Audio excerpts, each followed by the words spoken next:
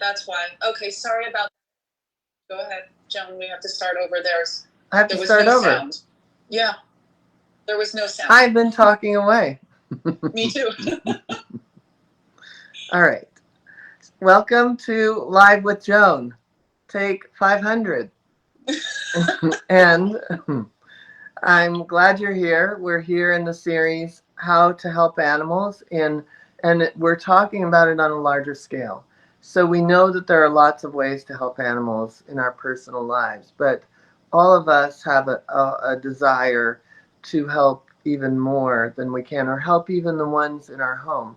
And so this series is really, really, really all about helping on a larger scale, even if it's a small act. And so if you're new to me, my name is Joan Ranquet. I'm an animal communicator, author, TEDx speaker, and founder of Communication with All Life University, which is a program for people to learn animal communication or become an animal communicator, learn energy healing, or become an energy healer. And we're creating certification even in nature and wildlife. And so we have a lot to offer as a school and in this series. And I just wanted to real quick name some dates that are coming up. We've got the virtual retreat, which is Death, Dying, and Beyond, and a little bit about lost animals. So that Friday night, you would be learning animal communication. All day Saturday, we would do animals that are crossing over or have crossed over. We would communicate with them. And then on that Sunday, we really dig into how to help lost animals, how to help people find their lost animals. And then, of course, there's the spring intensive coming up, which is April 1st through the 9th. We still have some spots available to do live and in person. And we've got plenty of spots available still for online. We'd love to have you. It's animal communication, energy healing with EFT, and then animal communication and energy healing in sanctuary. So we will go to the Gentle Barn and the Gibbons Center and a few other. We'll have more, even more, and we'll be announcing that as we go along. But today we have a very special guest, and I really can't wait for all of you to meet her and her work. But before I introduce her, I want to remind you of something that is so staggering, and that is that if we were to look at what goes on in the world of shelters and rescues, but primarily shelters, I think the number of animals that are euthanized a year is 1.5 million animals. That's roughly 4,100 animals a day. So when I think about that, I know that it makes me not be able to sleep. And one of the things that makes me be able to sleep actually is because I know I'm teaching tools like animal communication, energy healing, things like that, all the things that could help more animals find forever homes. But there is one person who has done, I think, the most magical thing for animals. And truly, I've been a big fan of hers and I found her, I don't know, whenever she started doing it, I've been kind of stalking her a little bit since. And her work is absolutely amazing. So I'm going to let Claudia read her bio and share some of the pictures that she has done. So we're going to bring on Sophie. Go ahead, Claudia, and share her bio. Sophie Gamand is a French award-winning photographer and animal advocate, living and working in Los Angeles. Her most known series are Wet Dog and Pitbull Flower Power, which is what you are seeing right now. Since 2010, Sophie has been focusing on dogs and our relationships with them. She travels around the U.S. and abroad to photograph shelter dogs and at-risk dogs.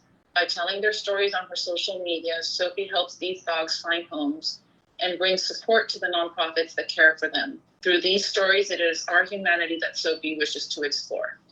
For her acclaimed series, Pitbull Flower Power, Sophie has photographed over 450 shelter pit bulls wearing handmade flower crowns.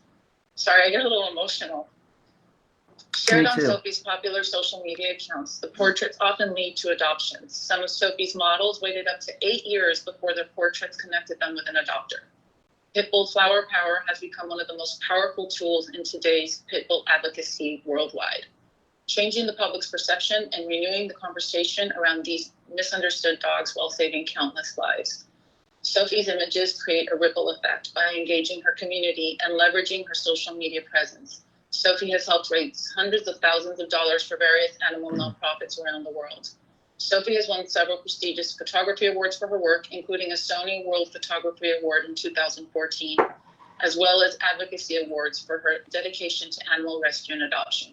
Sophie's work has been published in the press worldwide, online and in print, from National Geographic to Oprah Magazine. Her first book, Wet Dog, came out in October 2015, and her second, Pitbull Flower Power, in 2018, thanks to a successful Kickstarter campaign. It's awesome. So let's bring her on. Okay.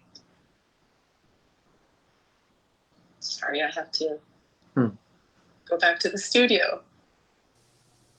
There she is. Hi. Hi. Good morning. And who do you have with you? Oh, this is McLovin. That's right, McLovin. He loves being on video calls and conferences, so he's just going to fall asleep. Yeah, good boy. I have so many questions. First of all, I would love to, I want to really dig into the flower power, but first, were you just like an animal freak your whole life? Yes, pretty much. I was one of those kids who wanted to be a veterinarian growing up. And you grew up in France? Yeah, I grew up in France, and then I moved to Switzerland in my early 20s, and then to New York in 2010.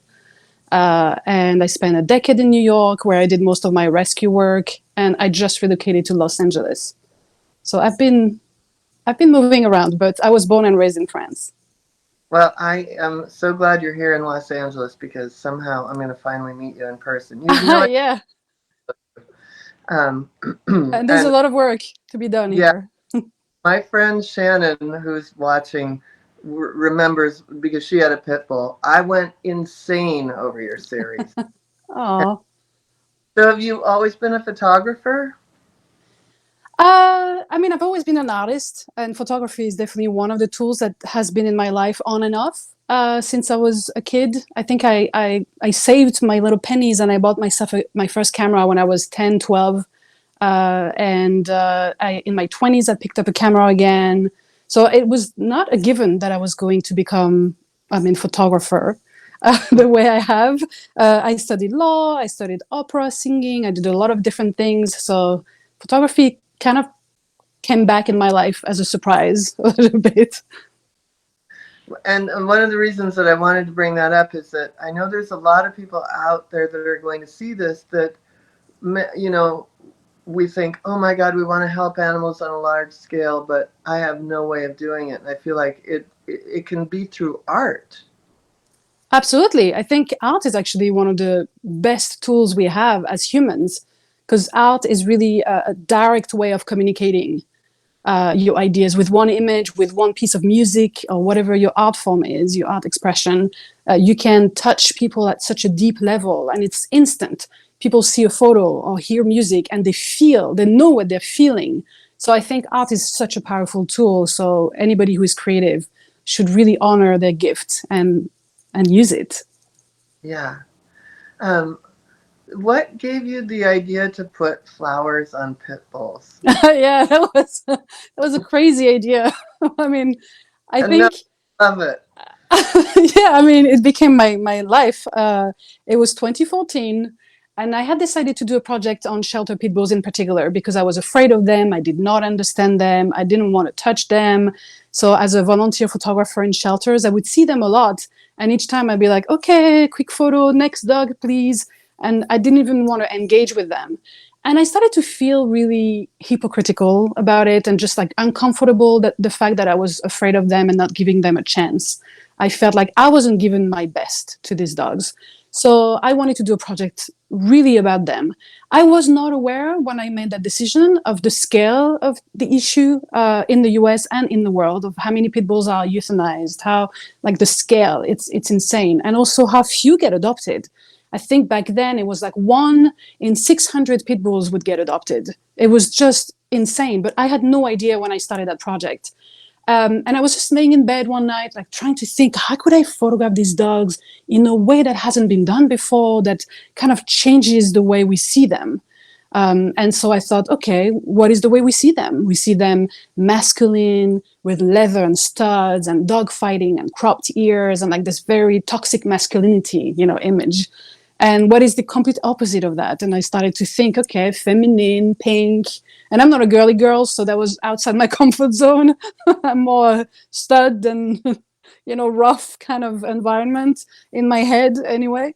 So I don't know. I was laying in bed and I had the idea of putting flowers, make flower crowns. I had no idea how to make a flower crown. And I just decided, yeah, I'm going to try this idea and see what happens. But the first time I had to actually put a flower crown on a shelter pit bull, which meant being face to face with an unknown dog, sometimes with very troubled past, and having to wrap something around their head, which is such an intrusive thing for a dog. I really thought to myself, like, this is the dumbest idea I've ever had in my life. And I went with it. And I think had the first dog not be so amazing and cooperative and so perfect for this project, I don't know if I would have stuck to it the way I did.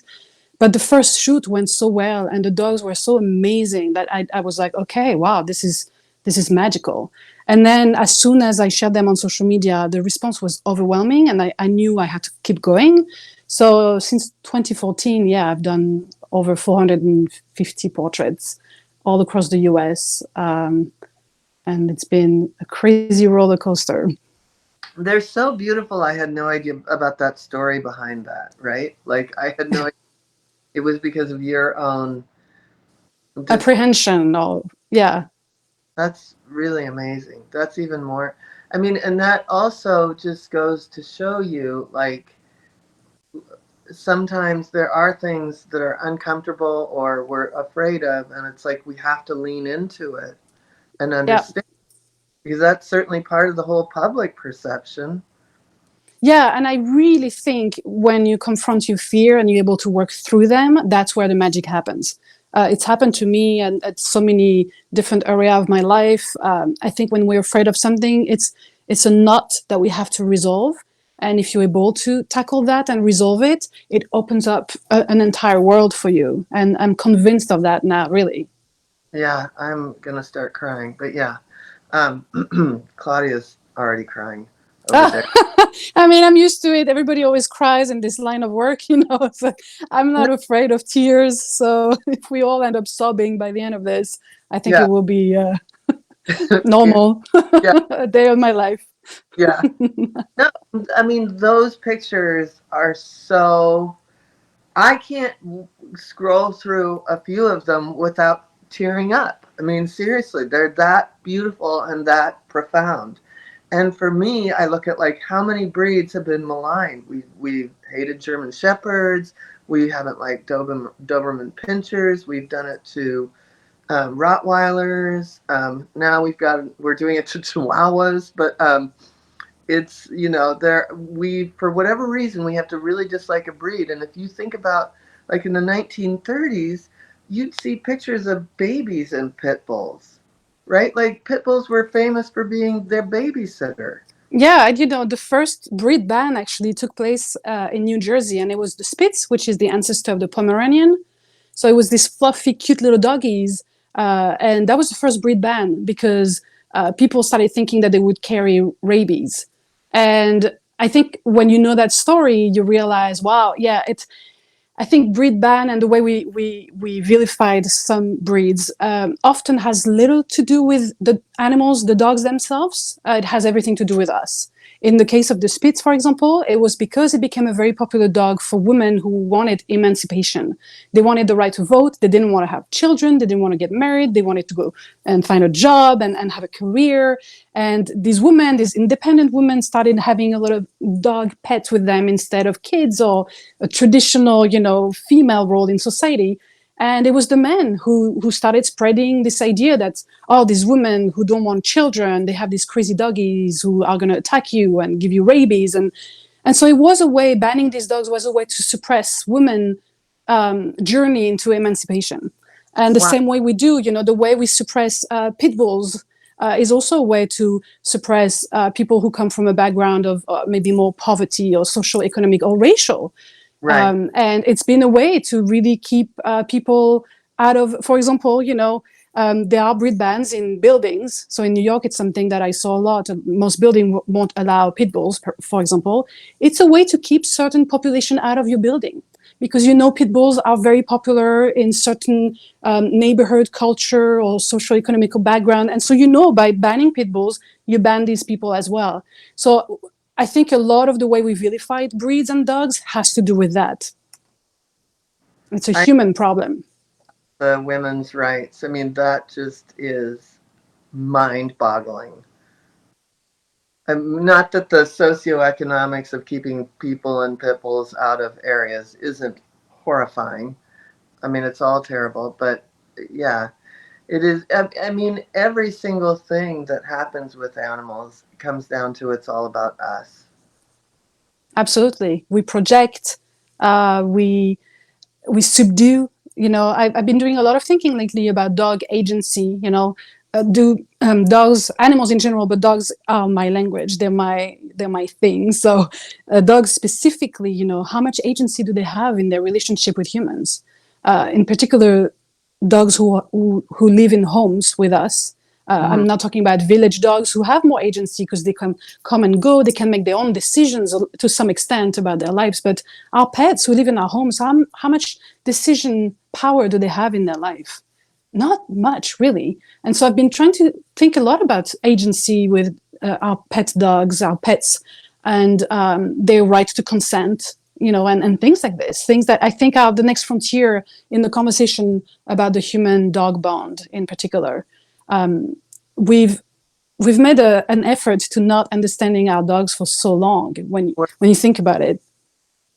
And absolutely, and the thing that I love this topic because also we've created an expectation that they need us for every single thing they do, and we don't recognize the pressure that puts on them.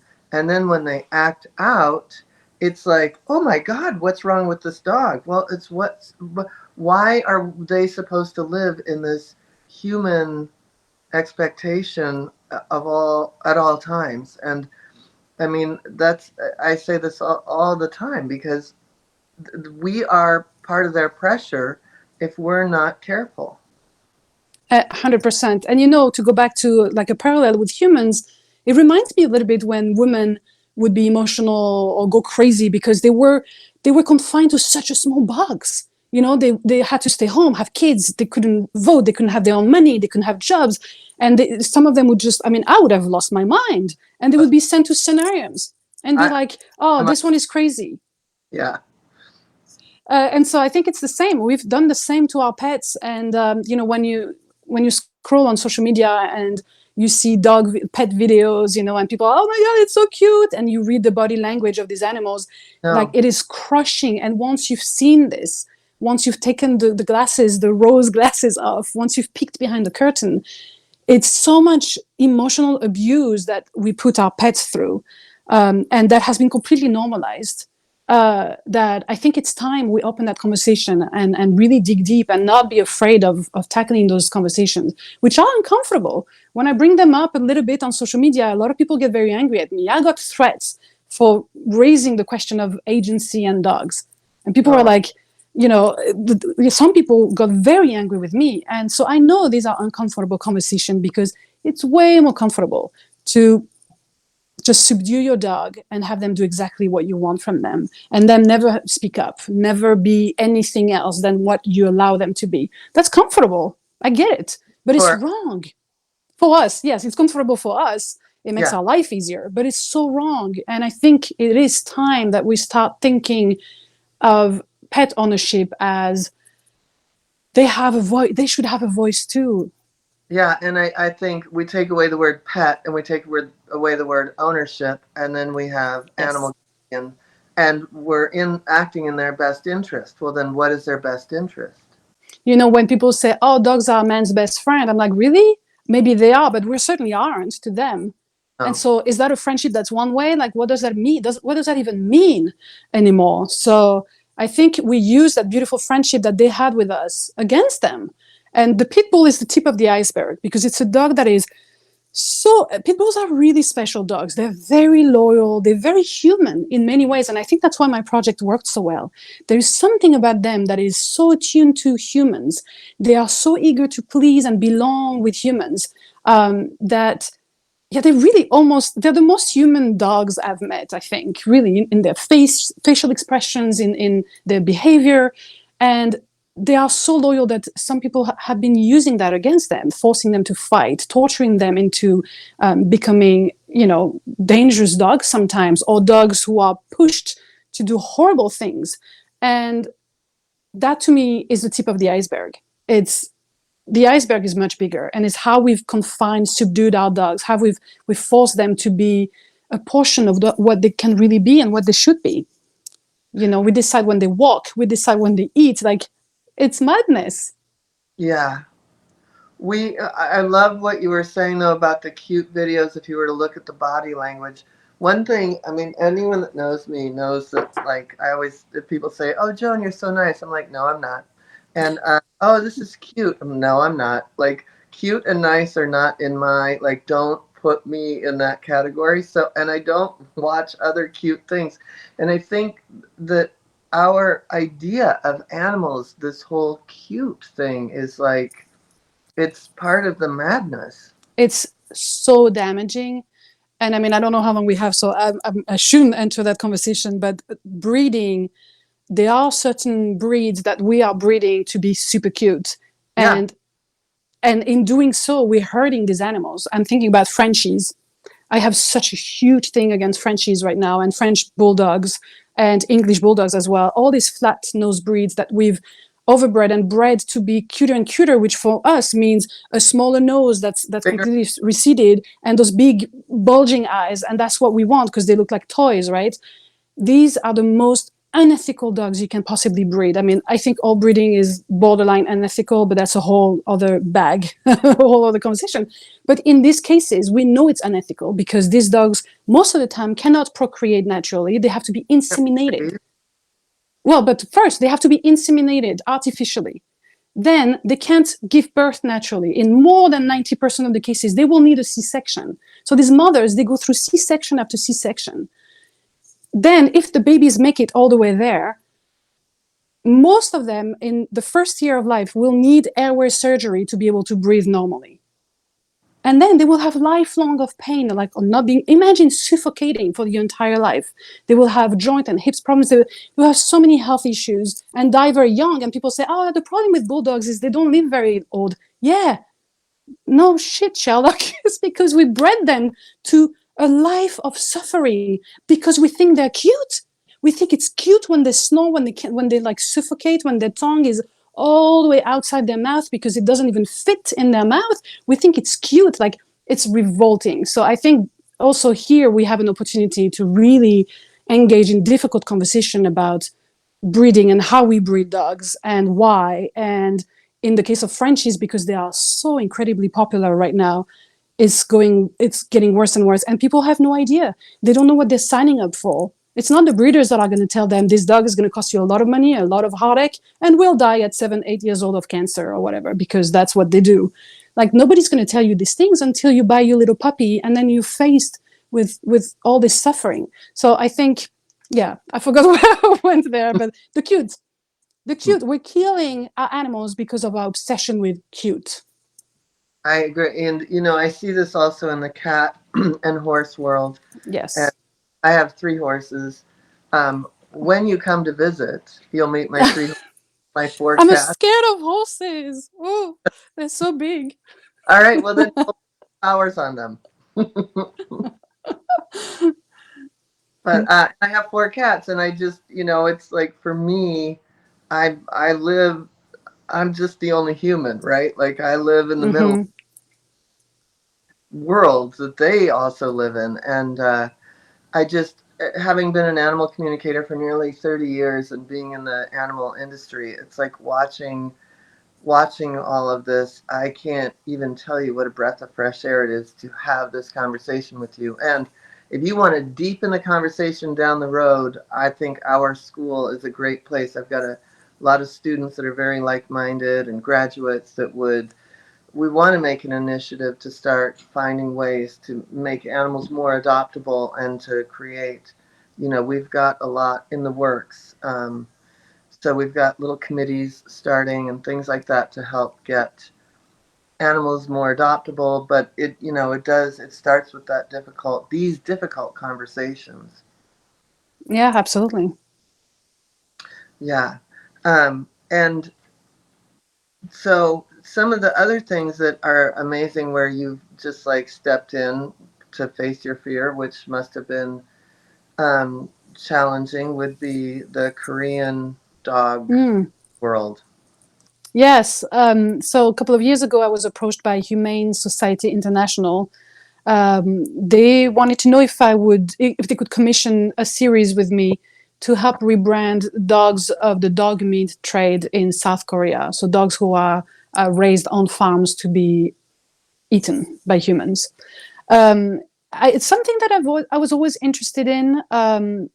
Because all my work is about exploring that relationship between dogs and humans. And of course, dogs as meat is a subject that I find particularly interesting in a, obviously horrifying way. And so I said, yes, of course, but I need to go and see a farm in person before I can commit to a project with you guys, because I don't think I could do these animals justice if I didn't feel, see, smell how they live. And HSI was wonderful, and they agreed, and so I got to visit a farm with them. The way they operate, it's beautiful. That's also why I was very excited to partner with them. Is that they identify farmers who want out of the business and who usually reach out to them, and together they basically partner. So they agree to close the farms permanently. They take all the animals, vet them, find them homes, and they destroy the farm, and they basically support the farmer into setting up a humane business that will not involve animals ever again. So a lot of these farmers, are just ready to make the switch. And now, thanks to HSI, they get that support system, and the animals get to have a new life. It's a beautiful, beautiful way of doing it, I think, because it's really working hand in hand with the community and solving the problem for the long term. In South Korea, the dog meat trade is ending, really. Like, I think we've seen the last few years. They still have about 10,000 farms, I think, in the country. And so there's still a lot of dogs who are waiting for life. The farm I visited was not one of the worst. It was actually not worse than some shelters I've visited personally, except it was dirtier. But in terms of the dogs that I met there, it was very similar. So I don't think it traumatized me in the same way. One image that stuck with me, and it's in the photographs that I took, I tried to capture that, is that these dogs are kept in wire cages. Usually they don't have a floor. They just step on wire, all their lives. And under that wire is like this huge pile of feces because the farmers never clean. And it's just to imagine. I remember standing in the middle of that farm, and it was so hot. It was the hottest I've ever been in my life. I had like rivers of sweat as I was holding my camera and my flash, and gear is very heavy. The whole thing was an ordeal. And I just remember like standing in the middle of these rows of cages, and suddenly it hit me like the horror here is that the entire world of these dogs is that wire cage with that mountain of feces. That's all they have. And chipmunks or like little creatures that run around, and sometimes they get to catch one and eat it like that, but that's all they have. And it was the deprivation of life itself that really hit me. It was like living in this void, this horrifying, overwhelming void. So for this project, we worked with dogs who had been rescued from farms and later adopted in the US, and I got to photograph them. It's a little bit similar to Flower Power. So I didn't do flower crowns, but I did something else. I can't really talk about it yet because of COVID-19, we haven't been able to release it yet.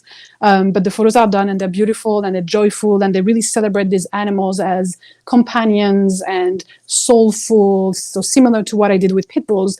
And the idea is to use this campaign in South Korea to encourage local adoption, because Wow. it's not sustainable to ship these dogs to other countries. Ideally, we want the local community to see value in these dogs and to step up and adopt them. That's so beautiful. I want to go back to one of the words you've said that is what I feel, and I get tears of joy.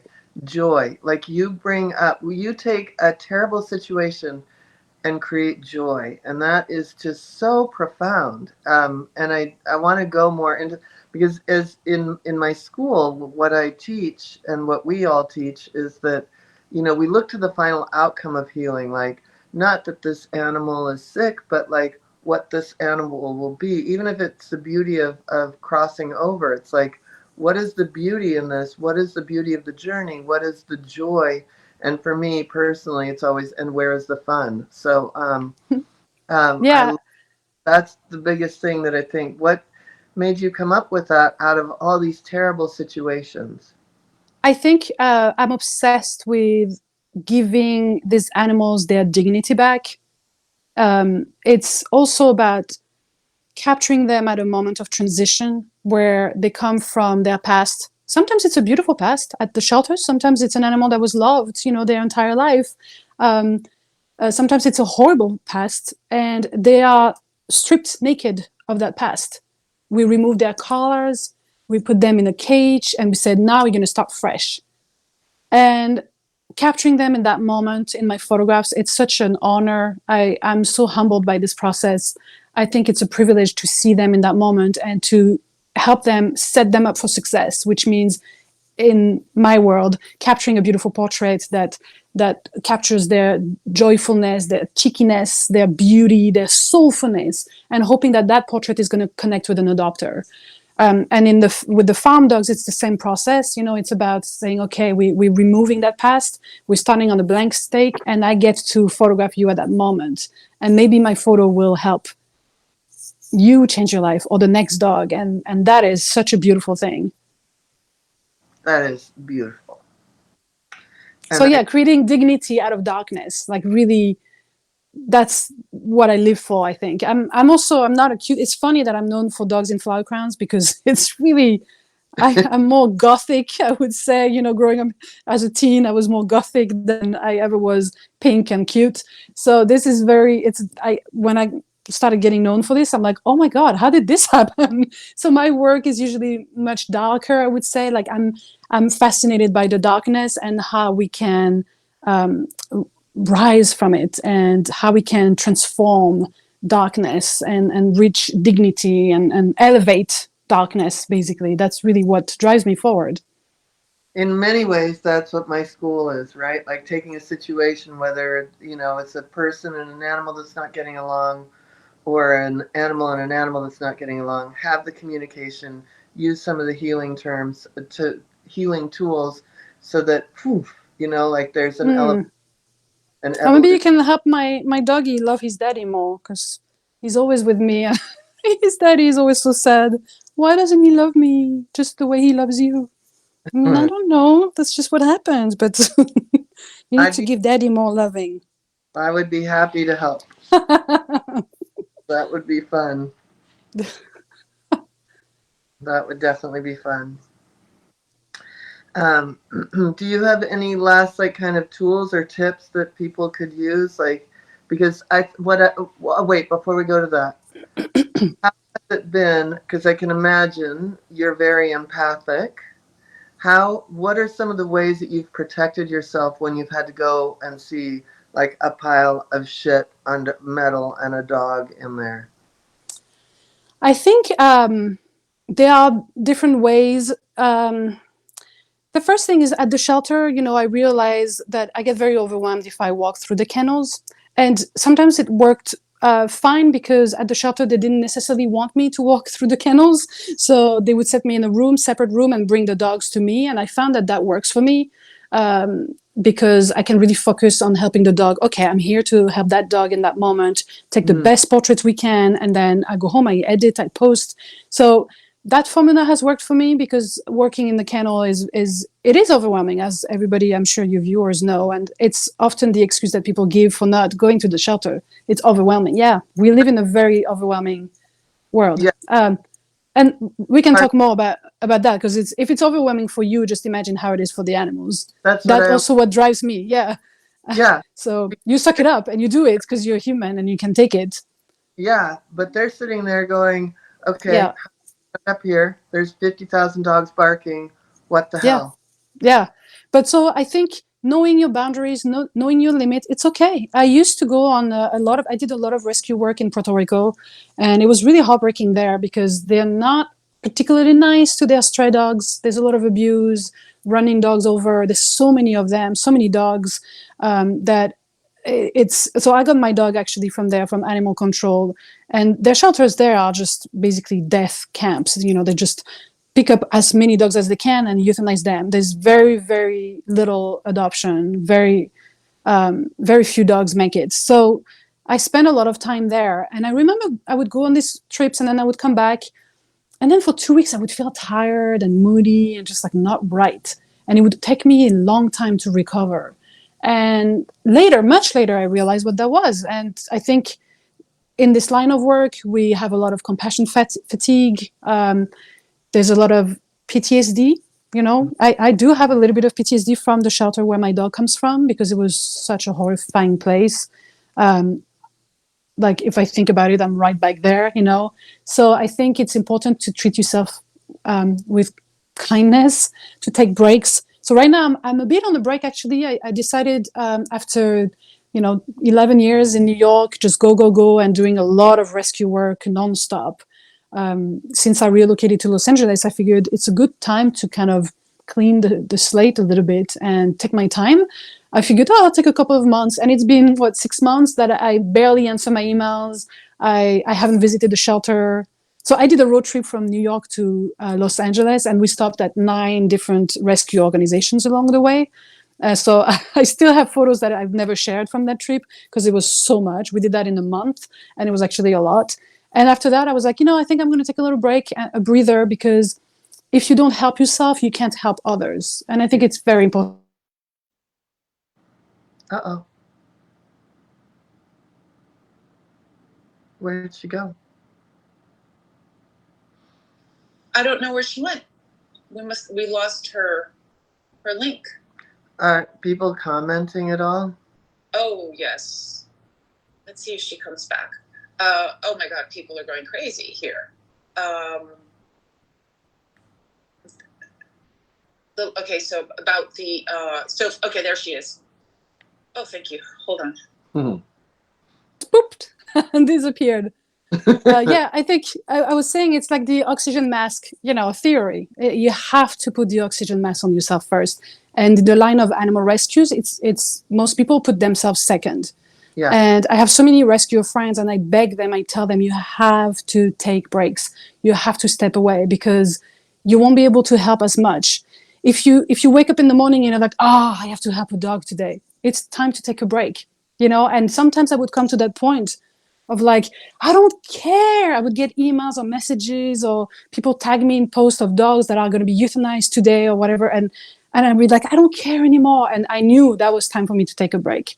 It's so important, and it's difficult to assess, because there's always an emergency. There's always an animal that needs you, right? So you have to know your limits, and you have to be okay with taking breaks. So I'm on a big break right now, and I'm creating a lot of art, and I'm just recharging my batteries and getting antsy to get back into the work. But I feel like it's good. It's good to want it, to reach that point where you want to be back in rescue work. It's boundaries and self-care is almost the number one thing of the school, communication with all life. Yeah, you have to start there, right? Because otherwise you can't give anything if you're not giving yourself first. Right, absolutely. So what would be something that you would share with others who feel like they want to help, but they don't know how to help, and they're afraid because of their empathic nature, and Is there anything you would say to them? I would say, number one, start with what you have. I think sometimes people think, often, when I share dogs and people comment and say, oh, when I win the lottery, I'll open an animal sanctuary.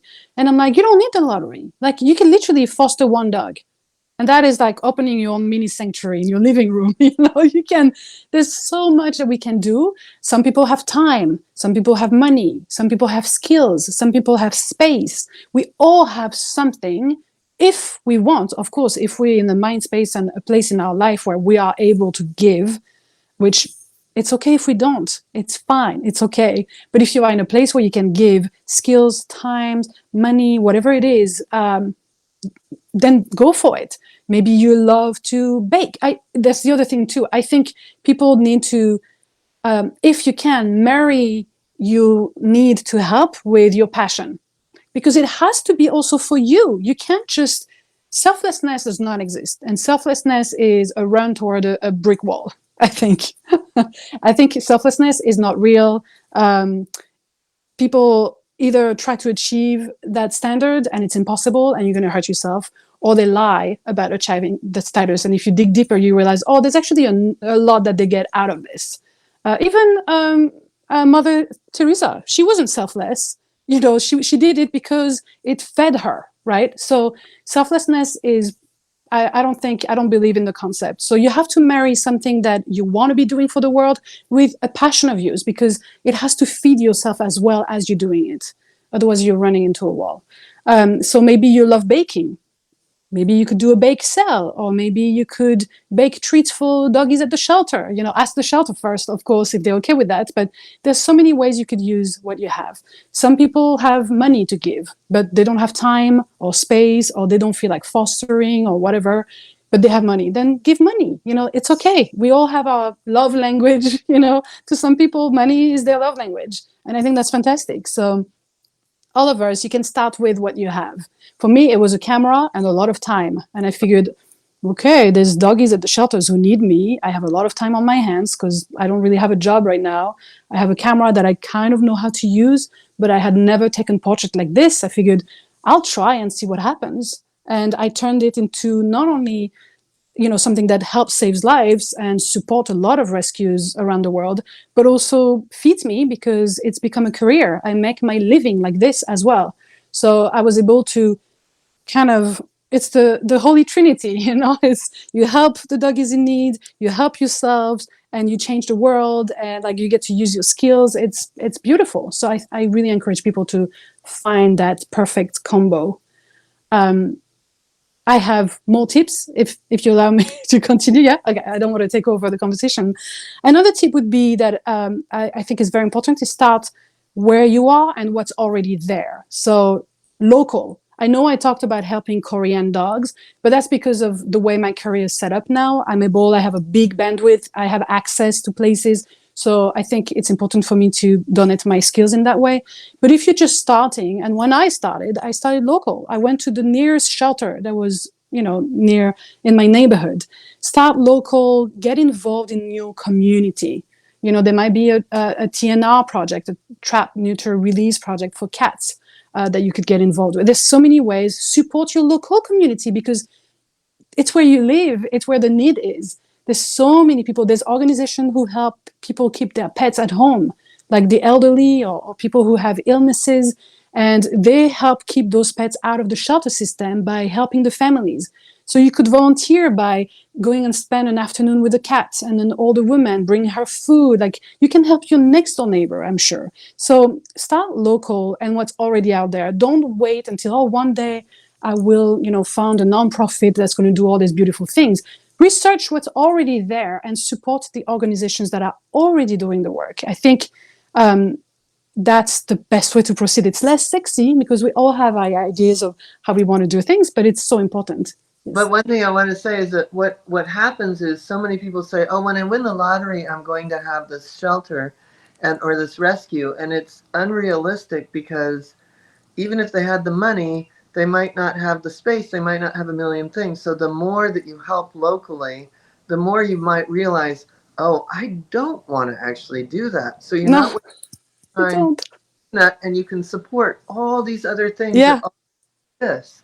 I can't think of a most, you know, overwhelming life than running a sanctuary. Honestly, I wouldn't want it. And you know, sanctuaries are beautiful, but people, again, I think, have this fantasy about what a sanctuary is, and it's really not. A It's, sanctuary is just another box, you know. yeah, And maybe the box is pretty, maybe there's trees and a big, you know, running area, whatever, but it's still, I don't know if it's a full life. And when you have a lot of animals in your care, you don't take them on hikes. You don't like, it's a life. It's better than in a cage at the shelter for sure. But sanctuaries come with their own challenges. And so I think the whole lottery conversation, I think, it's a way to, it's a cop out yeah, in many ways. Yes, you can dream, and I think it's beautiful, and I don't want to kill people's dream. But if you really mean it, I think you have everything you need. I don't know any animal rescuer or any person from the animal community that started by winning the lottery.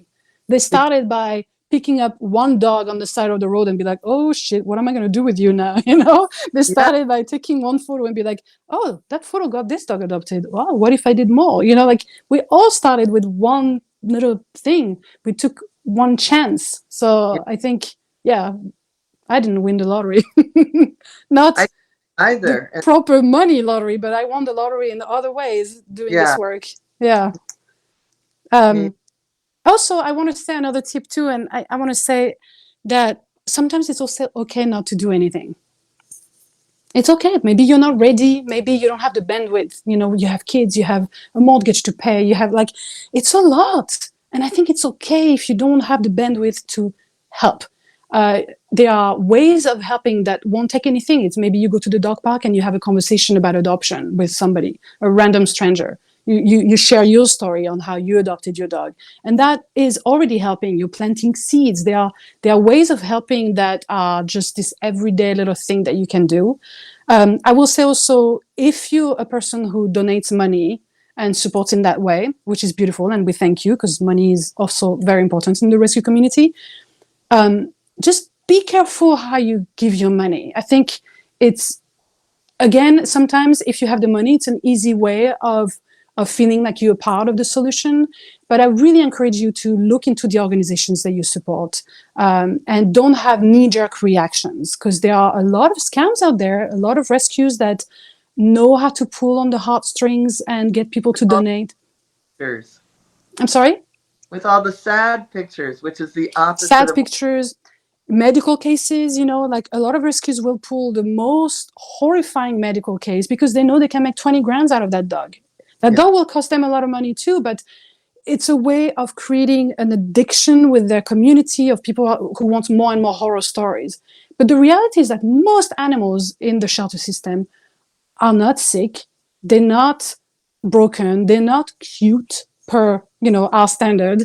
They're just regular dogs with no particularly issue, and they need you just as bad. It's less sexy than helping, you know, a dog who has two legs and whatnot and huge eyes. Like, it's less sexy. I get it, but it's where the work is really needed. So I think it's important to be smart in the way you donate and to get involved in the organization. Maybe just pick one and follow them, go to their event, yeah. really get to know them and support them. You are so inspirational and so amazing, and I Thank you. also love that you can do like these beautiful photos, transform what is like, like we just said a moment ago, that it's usually the sad photos and we hear Sarah McLachlan singing in the background. And, like you took something beautiful, you made something beautiful and changed the perception. And you're still willing to go really deep on the subject, which is my personal favorite thing. Is to, everybody knows I don't teach beginners, I teach advanced. So Ha, I really love to go deep. So I look forward to a deeper conversation about more and how we can all help and how we could work together, because there's something I think amazing with what you're talking about and what our school is. So thank I, you. Yeah, it can be a little lonely in that space, I would say, because a lot of dog people want to keep it surfaced. It's like, oh, my dog gives me so much joy, and I'm like, yeah, but do you give joy to your dog? You know, it's not exactly the conversation that people want to have. So I think living in that space and is it's a little, it can be a little lonely. But yeah, I do think it's key, and we have to look at ourselves that way. So I commend you for doing that work too. I think it's very important. Thank you. Thank you. And I will remain your biggest fan. So thank you. Oh, thank you so much. Yeah, I have competition because Claudia is also a fangirl. So Oh, thank you.